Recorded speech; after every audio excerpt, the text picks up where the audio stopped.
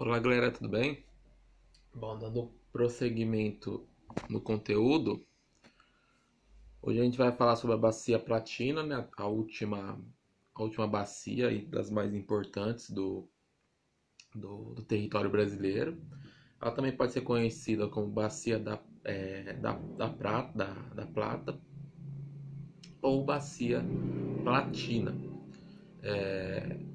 Essa, essa bacia como um todo, ela é constituída por três subbacias. Então ela é uma bacia bem grande e é constituída por três subbacias que estão inteiramente interligadas, umas nas outras em si.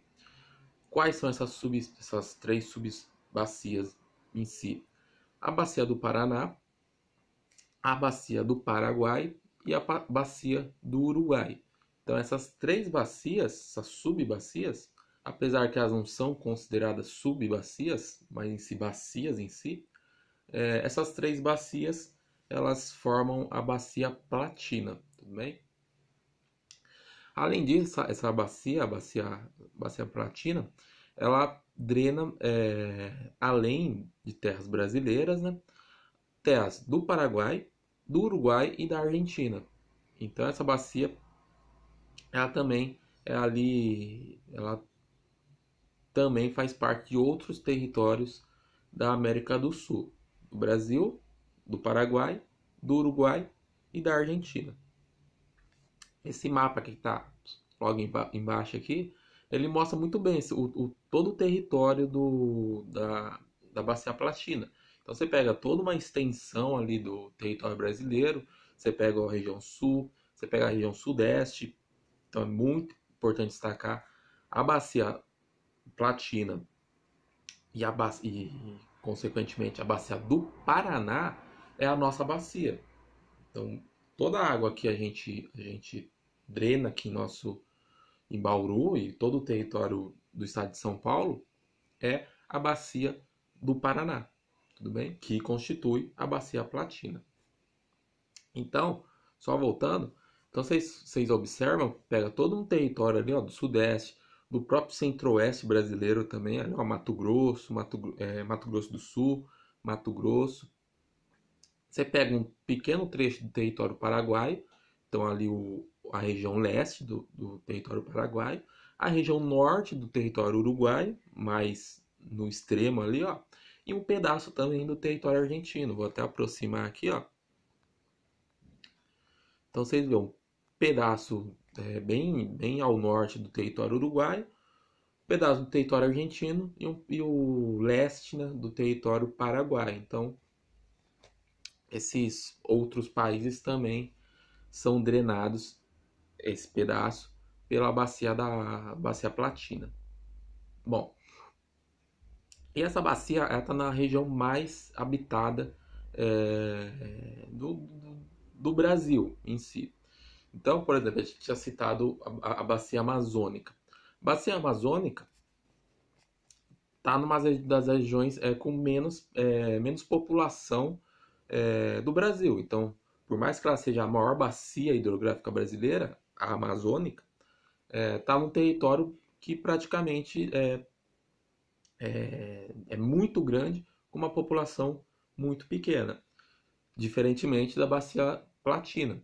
Então, para vocês terem uma noção, a bacia platina ela concentra 55 milhões de habitantes, que vamos dizer assim, que vive é, na, no território onde a bacia platina drena suas águas, tudo bem? Lógico, potencialmente puxado pelo estado de São Paulo. O estado de São Paulo, só o estado de São Paulo tem 45 milhões de habitantes. Então ele é o principal, o grande vetor desse grande, nessa grande quantidade de população que vive na bacia platina. E além disso, também, consequentemente, é muito importante esse ponto, e também de maior desenvolvimento econômico. Então, também puxado muito pelo estado de São Paulo, mas não só pelo estado de São Paulo, região sul, o, trechos ali do estado do Mato Grosso do Sul, etc.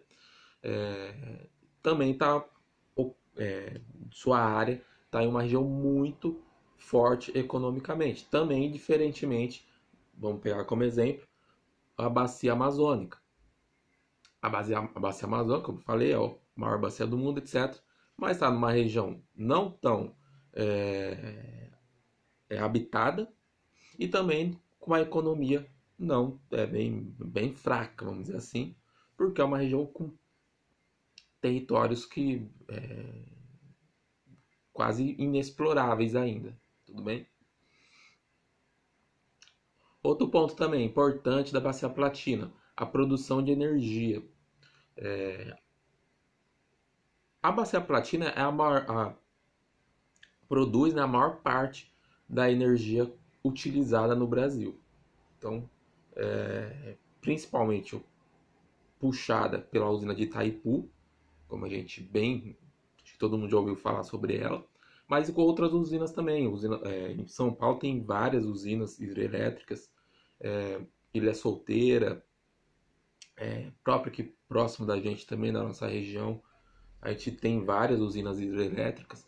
Então, a Bacia Platina ela concentra, produz, né, a maior parte da energia consumida do Brasil. Então, sabendo disso, logicamente, é uma bacia o quê? De planalto. Então, a Bacia Platina tem grande capacidade de produção de energia, porque é uma bacia de planalto, principalmente a bacia do Paraná, tudo bem? Então a gente tem rios, tem grandes quedas de água. Então, principalmente o rio Tietê, por exemplo, a gente vê grandes quedas d'água que potencializa ali a produção de energia hidrelétrica, tudo bem? Além disso, também a Bacia Platina, como eu falei, ela integra 4 países. Então, é um grande ponto de comunicação entre esses países. Então, os países do Mercosul, que são esses 4 países. Então, comunicação, transporte e etc. Então, tem grande importância comercial a Bacia Platina. Tudo bem? A gente começa pelo do Paraná, né? Então, é a maior das três. Então, tá mostrado no desenho ali embaixo. Ó. É a maior das três. Então, dentre essas três, é a maior territorialmente. Está situada no sudeste e num pedaço do sul também do país. E o principal rio é o Paraná. O Paraná que faz divisa, ele bem no extremo de São Paulo, faz divisa ali com o Mato Grosso do Sul.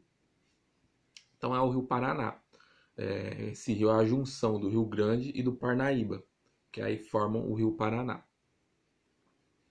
É a segunda maior bacia brasileira, então é somente brasileira, né, vamos dizer assim, então, integralmente brasileira.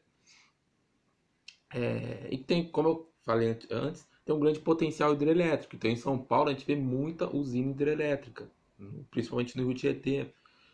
E principalmente, como está marcado ali, a usina Itaipu. A usina Itaipu, ela por muitos anos ela foi considerada a maior usina hidrelétrica do mundo. Hoje ela tem o título de segunda maior usina hidrelétrica do mundo. Ela perdeu esse título para uma usina hidrelétrica chinesa recentemente. Mas por muitos anos ela foi dita como a maior usina hidrelétrica do mundo. É uma usina binacional. Então o que isso quer dizer? Que a construção dela foi por meio de um acordo entre 2 países. Então, que países que foi esse? Brasil e Paraguai. Tudo bem? Então, esses 2 países, eles têm a detenção da produção de energia. Ok? É tanto que ocasiona, né? 20% da energia consumida do Brasil vem de Itaipu. Então, aqui que eu falei, ó, uma grande parte da usina hidrelétrica da bacia do Paraná, e principalmente de Itaipu, 20% dessa energia é a energia toda utilizada no país, para você ver o tamanho da potência dessa usina. Já no Paraguai, 87% da usina da energia consumida do Paraguai é fornecida por Itaipu. Tudo bem? Então vocês veem que já é muito mais que o Brasil. Lógico, o Paraguai tem um outro modo de consumo, uma outra realidade, é um país menor, não é um país tão industrializado, é um país mais doméstico, mais agrícola. Então por isso que eles não necessitam tanto de energia. É tanto que tem uma parte da energia é, que, que produzida por Itaipu que o Paraguai não utiliza. E o que acontece com essa energia? Ele vende para o Brasil. Então ele pega, ele, ele tem uma parte, vamos dizer assim, 100% da energia. Só que ele não utiliza esse 100%, por quê? Porque o país, como eu acabei de falar, não é um país tão industrializado, é um país com uma população pequena, então ele não chega a utilizar toda a energia. O que ele faz com a energia que sobra? Ele vende para o Brasil. Tudo bem? A usina de Itaipu, só para fechar esse ponto, ela foi construída no período militar, na ditadura militar. Começou ali na década de 70 e acabou anos depois, comple- terminou completamente a usina, todas as turbinas começaram a funcionar. Sempre tem questões de que houve muita corrupção na construção de Itaipu. Então, mas como era um regime ditatorial, né? Então, não tem muitos documentos do que se houve da corrupção foram encobertos, mas sempre volta à tona esse ponto que houve muita corrupção na construção de Itaipu. Tudo bem? Ainda assim, alguns outros pontos da Bacia do Paraná. Ela tem uma grande importância econômica da região, isso aí é óbvio. E para ela ser utilizada, tiveram que ser feitas algumas adaptações na bacia para ser utilizada como transporte, como transporte de grãos, de etc., de produtos ou até mesmo de pessoas. Uma delas, talvez uma bem conhecida, que você já deve ter visto é a eclusa. A eclusa é uma construção perto, que é geralmente perto da própria usina, etc, etc. O que acontece? Como o rio tem uma elevação, então tem uma queda d'água. Para o barco conseguir passar para o nível de cima ou para o nível de baixo, o que vai acontecer? Eles fazem essa eclusa, que é simplesmente o quê? Ele entra ali num, num lugar, eles enchem esse reservatório e o barco consegue subir, ou, no caso, esvazia esse reservatório e o barco consegue descer. Tudo bem? E aí ele consegue seguir o seu curso. Então, tudo isso para quê? Para ter esse interesse econômico. Então, é de extrema importância esse ponto, essa comunicação, essa hidrovia. Tudo bem? Que é como o próprio segundo ponto que eu coloquei, a hidrovia Tietê-Paraná, que é um grande meio de transporte do rio Tietê, né, que está totalmente incluso, por exemplo, na capital, em São Paulo, até o rio Paraná. Tudo bem? Então, como vocês verem aqui, ó, o rio Tietê começa até antes mesmo de São Paulo, percorre praticamente todo o estado de São Paulo e deságua no rio Paraná. Tudo bem?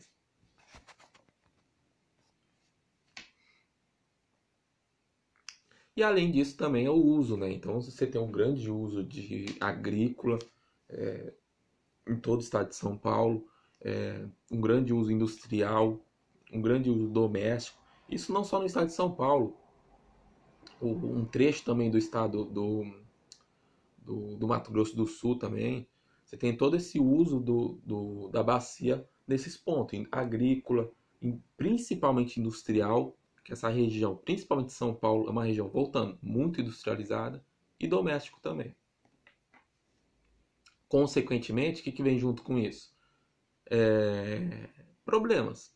Então, qual que é o principal problema principalmente desse trecho de São Paulo? A poluição.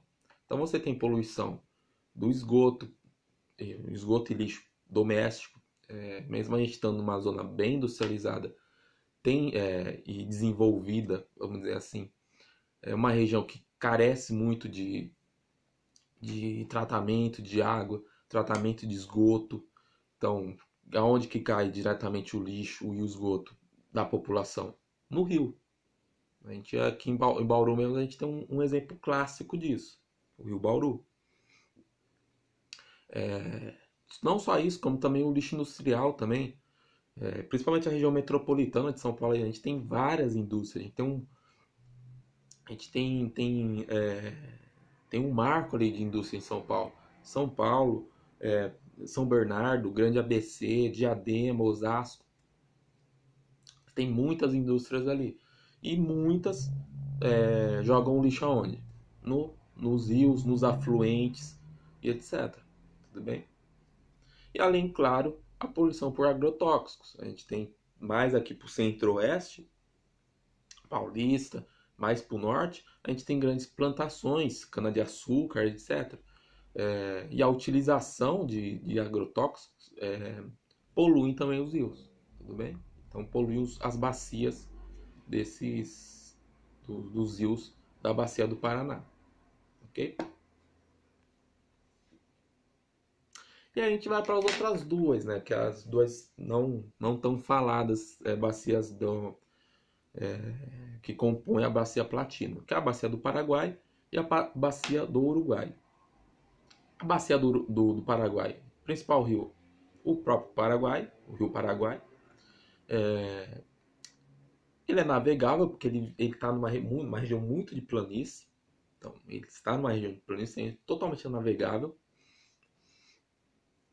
E além disso, a grande curiosidade dele, e a gente vai falar isso em vegetação, é muito importante esse ponto, é o Pantanal. Então, por ele estar numa região muito plana, então uma planície, e além disso, o rio ele tem grandes meandros, ou seja, tem várias curvas, o rio não é um rio reto. O que acontece? Ele inunda. Então ele inunda. Quando está em épocas de chuva, ele inunda. E é o que a gente conhece o Pantanal. Então o ecossistema que a gente sempre vê na televisão, aquela inundação do Pantanal, é ocasionada principalmente pelo rio Paraguai e seus afluentes. Tudo bem? Que tem essas características. Está numa região de planície, então uma região plana. E além disso, ser um rio com grandes curvaturas, meandros, etc. Ok? Importante destacar também o porto de Corumbá, por exemplo, a hidrovia Cáceres, então Cáceres Paraguai, que integra completamente essa região da Bacia Platina. Então ele transporta produtos, minérios de ferro, produtos agrícolas, grãos. Então os grãos ali produzidos mais ao centro-oeste são basicamente muito transportados por essa hidrovia. E consequentemente, um dos principais problemas da Bacia do Paraguai é o assoreamento. Então, por ser uma região muito plana e já está sendo construída, entre aspas, essa hidrovia, então a gente tem esse problema do assoreamento, que como eu já falei na aula passada, umas aulas passadas, é o acúmulo de areia, a areia no leito do rio. Então você começa a ter ilhas no meio do rio de areia.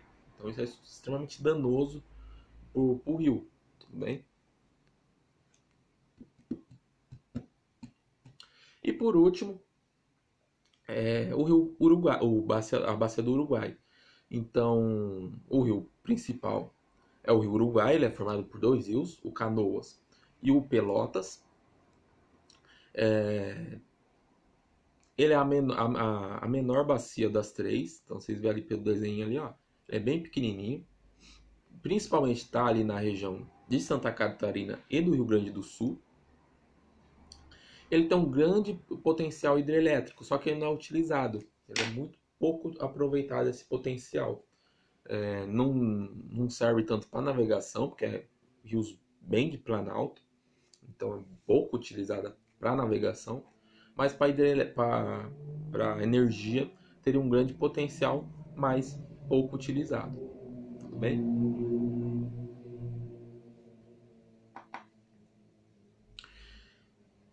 Então, só para recapitular, o que acontece na Bacia Platina? Vamos lá. Como vocês viram, são três rios, né? Você tem o primeiro rio do Paraguai. Ele cai no o rio Paraná, depois ali, ó. Vou até aproximar aqui. Não dá para aproximar. E por último é o rio Uruguai. Então, esses três rios é o que formam o rio da Plata. Que aí ele deságua lá no Oceano Atlântico. Então, bem naquela foz que vocês estão vendo ali, ó. Embaixo aqui, ó. Bem embaixo aqui, é onde vai desaguar o Rio da Plata, que é a junção desses três rios. Então, primeiro o Paraguai, depois o Paraná e por último, um pequeno trecho, o Rio Uruguai. Tudo bem? Então, por fim, ele deságua no Oceano Atlântico. Ok?